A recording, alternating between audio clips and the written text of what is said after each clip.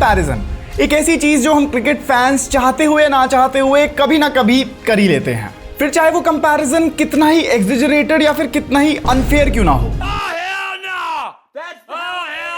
कभी विराट कोहली और सचिन तेंदुलकर का कंपैरिजन, कभी रोहित शर्मा और अभिषेक शर्मा का कंपैरिजन, और अब ऋषभ पंत और MS धोनी का कंपैरिजन, और वो भी टेस्ट फॉर्मेट में। अभी इंग्लैंड टूर के लीड्स टेस्ट में जब ऋषभ पंत ने एक ही मैच में 2 सेंचुरीज मार दी तो पूरे क्रिकेटिंग वर्ल्ड में शोर मचने लगा कि ऋषभ पंत आज तक के इंडियन टेस्ट टीम के बेस्ट विकेट कीपर बैट्समैन हैं।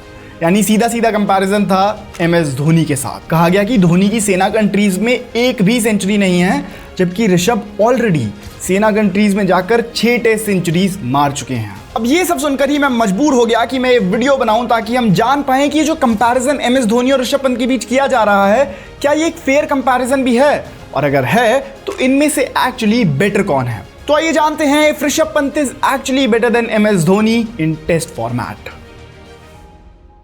तो इस डिबेट को शुरू करने से पहले एक बार देखते हैं कि ये दोनों प्लेयर्स जो कि एक डेकेड अपार्ट खेल रहे हैं, इन दोनों के बीच एक कंपैरिजन आखिर शुरू किस टाइम से हुआ था। देखो, ऋषभ पंत अपने करियर के शुरुआत से ही एक एक्सप्लोसिव बैट्समैन के तौर पर जाने गए हैं, जो रिस्की शॉट्स के साथ साथ T20 स्टाइल में खेलते हुए दिखते हैं। और शुरू में ऋषभ का गेम IPL में तो बहुत ज्यादा निखर कर आता था, जहां वो बहुत तगड़े शॉट्स मारते थे। तब शायद कोई प्रेडिक्ट नहीं कर सकता था कि ये T20 स्टाइल ऑफ क्रिकेट खेलने वाला प्लेयर कभी टेस्ट फॉर्मेट में भी फिट बैठ पाएगा। लेकिन फिर जब एक्चुअली ऋषभ ने अपने टेस्ट करियर की शुरुआत करी तो उन्होंने ऐसी परफॉर्मेंसेस देनी शुरू करी कि सब शॉक्ड रह गए। साल था 2018। इंडियन टीम इंग्लैंड टूर पर थी, जहां इंडियन टीम सीरीज ऑलरेडी हार ही चुकी थी एंड अब ओवल में खेला जा रहा था सीरीज का आखिरी टेस्ट मैच। जब इंडियन टीम की दूसरी इनिंग आई तब बैटिंग करने आए 20 साल के कॉन्फिडेंट ऋषभ पंत, और आज ऋषभ ने कुछ ऐसा कर दिया जो कई बड़े बड़े प्लेयर्स कई सालों के एक्सपीरियंस के बाद भी नहीं कर पाते। इंग्लैंड के स्विंगिंग कंडीशंस में जब ऑड्स उनके अगेंस्ट थे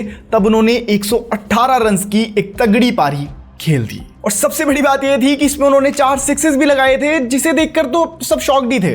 इस इनिंग के बाद से ही ऋषभ को इंडियन टेस्ट टीम के लिए एक रिलायबल विकेट कीपर बैट्समैन के तौर पर देखा जाने लगा, जहां कहीं ना कहीं उम्मीद ये थी कि ये आगे चलकर इंडियन टीम के एक स्ट्रॉन्ग पिलर बन सकते हैं। और जैसे ये बात उठने लगी तब तक पंत अपनी अगली डेस्टिनेशन के लिए निकल चुके थे, जो थी ऑस्ट्रेलिया। बॉर्डर गावस्कर ट्रॉफी 2018 के 5th टेस्ट मैच में ऋषभ एक बार फिर कमाल करते हैं, और इस बार बनाते हैं नॉट आउट 159, एक और ओवरसीज सेंचुरी, एक और इंपैक्टफुल नॉक। कुछ ही टाइम के अंदर ऋषभ ने इंग्लैंड और ऑस्ट्रेलिया दोनों देशों में जाकर टेस्ट सेंचुरीज मार दी थी, और ये एक ऐसा फीट, एक ऐसा अचीवमेंट था जो कई इंडियन ग्रेट्स अपने पूरे करियर में भी नहीं कर पाए थे। और बस यहीं से शुरू होती है वो लेजेंडरी डिबेट, क्या ऋषभ पंत टेस्ट फॉर्मेट में MS धोनी से एक बेटर विकेट कीपर बैट्समैन है। लेकिन तब तक ऋषभ पंत ने सिर्फ 7-8 टेस्ट मैचेस ही खेले थे, तो उनको MS धोनी से कंपेयर करना, जो 90 टेस्ट मैचेस खेल चुके थे, ये कहीं ना कहीं फेयर नहीं लग रहा था। पर फिर असली धमाका होता है 2021 में, जब बॉर्डर गावस्कर ट्रॉफी एक बार फिर आती है और इंडियन टीम इस बार ऑस्ट्रेलिया जाती है।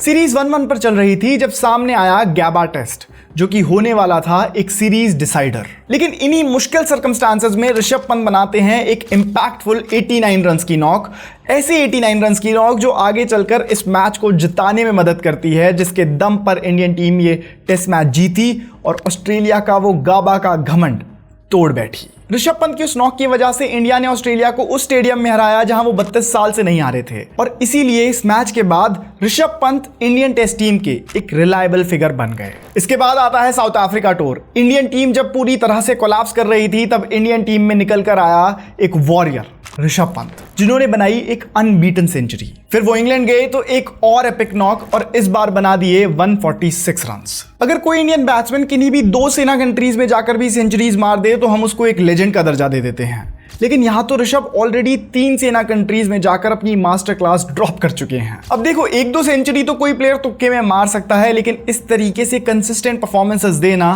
कोई छोटी बात नहीं है। और इन्हीं तगड़ी नॉक्स के दम पर इस पॉइंट तक आते आते ऋषभ पंत को टेस्ट फॉर्मेट की डिबेट में MS धोनी के ऊपर रखा जाने लगा। 2022 में पंत अपने 3000 टेस्ट रन पूरे कर लेते हैं, और ऐसा करने वाले वो फास्टेस्ट एशियन बन जाते हैं।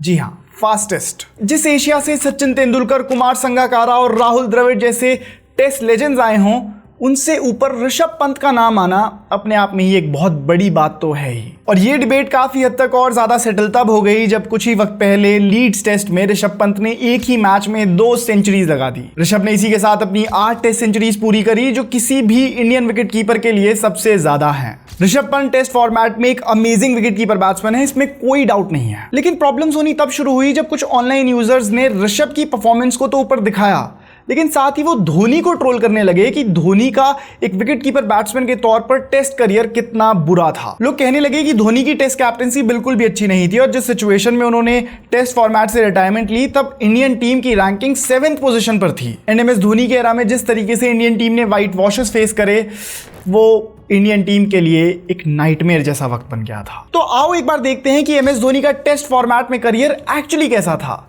ताकि पिक्चर हमारे सामने और ज्यादा क्लियर हो पाए। अब एमएस धोनी के रिकॉर्ड्स के बारे में तो मैं आपको बताऊंगा, लेकिन उसके पहले आप मुझे बताओ कि आप क्रिकेट रिकॉर्ड्स के बारे में कितना जानते हो। अगर जानते हो तो परिमा स्पोर्ट्स की इस रिकॉर्ड ब्रेकर्स को इस पर जाओ और जीतो क्रिकेटर सचिन बेबी की साइंड मर्च। फर्स्ट आओगे तो साइन बैट, सेकंड आओगे तो साइन टी शर्ट, थर्ड आओगे तो sign phone case, all sign by cricketer Sachin Baby. परिमा sports is all about bold challenges and record setting energy just like you. तो अभी जाओ क्विज लो और देखो कि आप क्या जीत रहे हो। लेकिन ध्यान रहे कॉन्टेस्ट लिमिटेड टाइम के लिए है, तो ज्यादा देर मत करो, पिन कमेंट पे जाओ, क्विज लो और जीतना शुरू कर दो। अब देखते हैं कि धोनी का टेस्ट करियर कैसा था। देखो, अगर ढूंढने निकलोगे तो एमएस धोनी की एक भी सेना कंट्रीज में सेंचुरी नहीं मिलेगी, ना टेस्ट में, ना ओडीआई में, ना T20I में। और इसी बात को लोग अक्सर उनकी कमजोरी के रूप में कोट करते हैं। लेकिन जब आप गहराई में जाकर स्टार्ट्स देखोगे तो आपको पिक्चर थोड़ी अलग दिखेगी। एमएस धोनी ने जितने रन्स अपने घर पर बनाए उससे ज्यादा रन्स अवे मैचेस में बनाए। ये बात ही बताती है कि वो प्लेयर फ्लैट पिचेस के कंफर्ट जोन में नहीं बल्कि बाहर जाकर प्रेशर में परफॉर्म करता था। 2008 में जब धोनी ने इंडियन टीम की कैप्टनसी संभाली थी तब इंडियन टीम एक बहुत ही बड़े ट्रांजिशन से गुजर रही थी। सचिन, द्रविड़ और लक्ष्मण जैसे बड़े बड़े प्लेयर्स अब